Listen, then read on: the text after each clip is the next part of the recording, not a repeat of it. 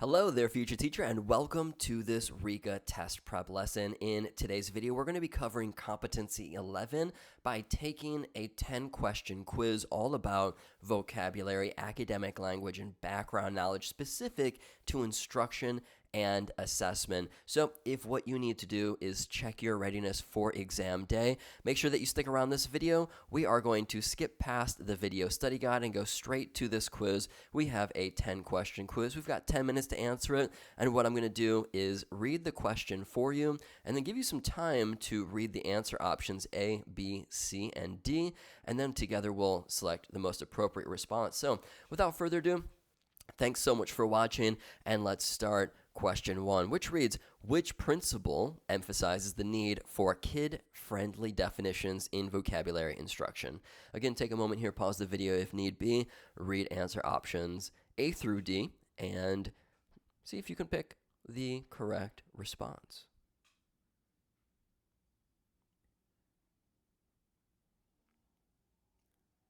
All right, so kid-friendly definition. This is, okay, think about vocabulary instruction. It needs to be developmentally appropriate. So this also includes when using definitions, and we need to use, you can think of like a children's dictionary, for example, children's thesaurus. And for this reason, I'm looking at option B, instruction must fit the age and ability of the students. That's how you're going to create definitions where the children, your students, can really grasp onto and recall later. Question number 2, this reads, what is an effective method to teach the meanings of specific words directly?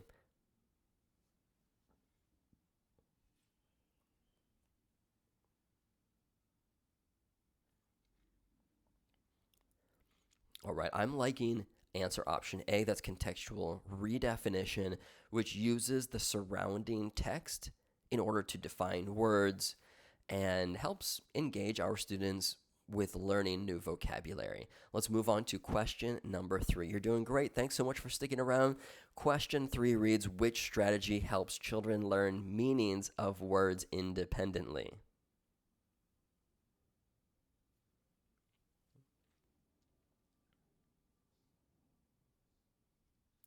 This super key term right here, morphemic analysis.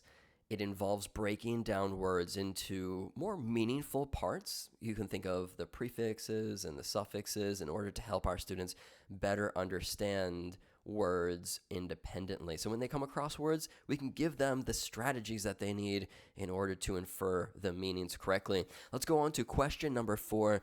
This reads, how can teachers assess whether students have learned new vocabulary effectively?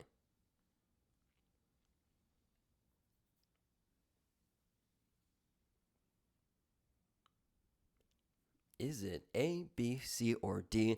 Assessing students' use of new vocabulary in their speech and writing is really important for measuring their understanding and application of the new words. So when I see option B, observing the use in context, for example, when they're just talking, they raise their hand and we ask, and we have the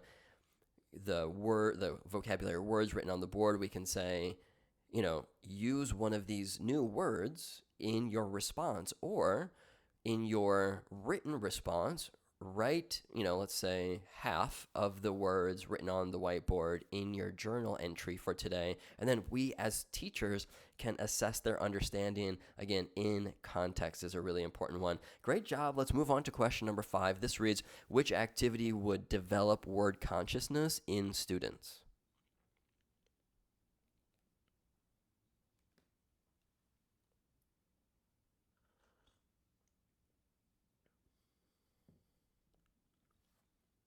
Your Rica Test administrators will want to check your understanding of different effective instructional strategies. Creating word maps is an excellent way to use visual mapping of the words' meanings and their connections to other words, or their prefixes, the suffixes, just the affixes in general, in order to build up our students' vocabulary understanding. Going on to question number 6, we've got 5 minutes, plenty of time. This reads, what instructional strategy is particularly useful for English learners to help them understand word meanings? Take a moment to read the options and select the best one.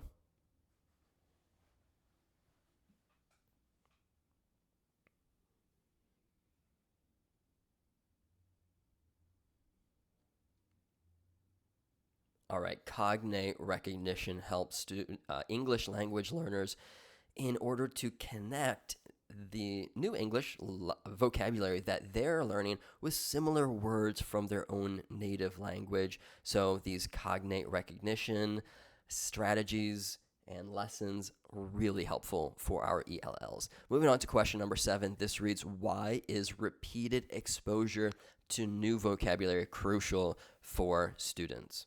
Take a moment to check out the answer options A through D and select the one that you feel is the best fit.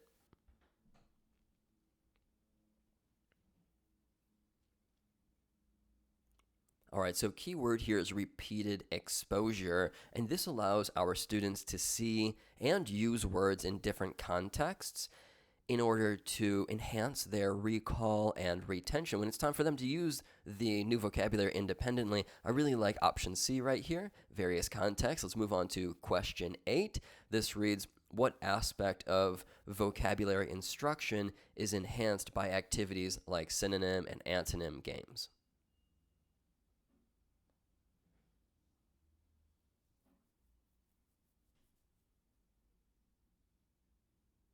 All right, so love using games in the classroom. Regarding the question here, synonym and antonym activities or games, these help expand our students' vocabulary as well as their awareness of word nuances and characteristics or traits in order to develop a better sense of word consciousness or just an enjoyment of learning about words such as, new vocabulary. Let's move on to question number 9.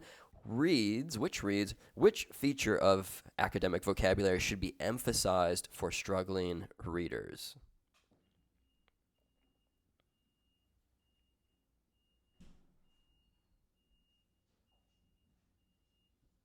All right, so I remember focusing on high frequency academic words when I was teaching in the classroom. This really helps our struggling readers, which is what the question is asking or who the question is asking about. And it helps them understand as well as use the fundamental vocabulary terms that we're going to be teaching in the lessons. I like this high frequency academic words right there. Moving on to question number 10. This reads, what is the benefit of using wide reading to increase vocabulary?